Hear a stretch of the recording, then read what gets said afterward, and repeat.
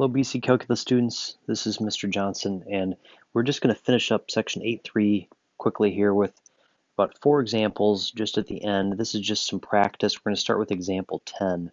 And in general, with these 4, we're going to just determine whether or not the series is convergent or divergent. And if it is convergent, we're going to try to find the sum. So this first one, we can notice that this is a geometric series, and notice that it is alternating here in terms of sign. And you're trying to figure out what you're multiplying by each time, the common ratio, that's your R value. In this case, it's going to be negative 3 over 2. And our first task is to determine if we were to take the absolute value of that, is it less than or is it greater than 1? And in this case, it's greater than 1, and so the series is divergent.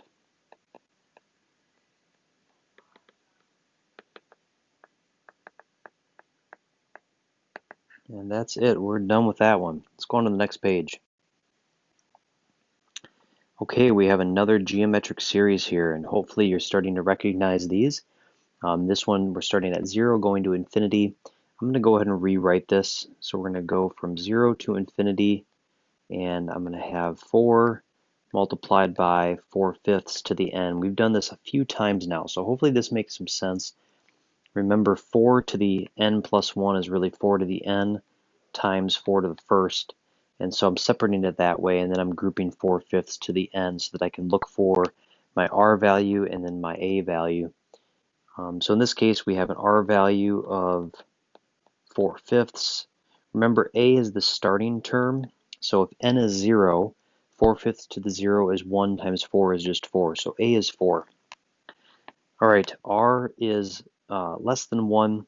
The absolute value of it is less than 1. So we have a convergent series. That's the good news. We can find the sum, which is A divided by 1 minus R.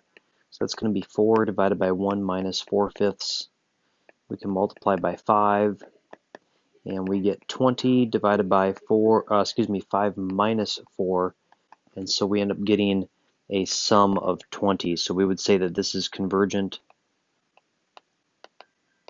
to a sum of 20. Okay, let's try example 12. In this particular example, we're looking at 1 over 5 plus 2 to the negative first power. So, I think the key here is that we're going to want to look for,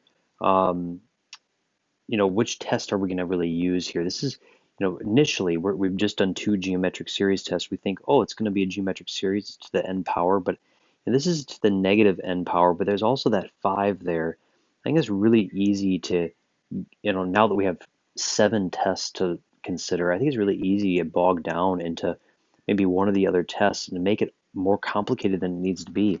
I'm going to go ahead and use the first test, the nth term test. So that's the limit as n goes to infinity of 1 divided by 5 plus 2 to the negative n power.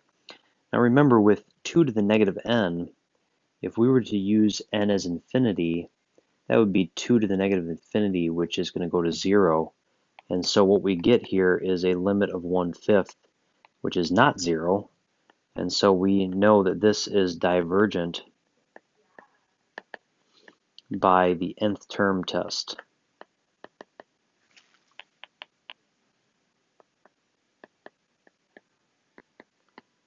Or in other words, our first convergence test. Okay, let's take a look at our very last one. Now in this case, we're looking for the interval for which the series converges, or in other words, what x values cause the series to converge. And we've talked about a couple of these so far. This is sort of a topic that we're trying to lead you into as we get into, ultimately, this is going to be part of section 8.4 and 8.5. This is our R value to the power of n. And so what kind of series is this? This is a geometric series. Okay, we know that if a geometric series converges, the absolute value of R is less than 1. And to solve this, we need to use our properties of absolute value functions and compound inequalities.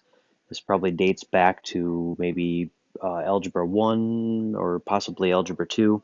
You're going to add 3 to both sides of this, and we end up getting an interval of 2 to 4.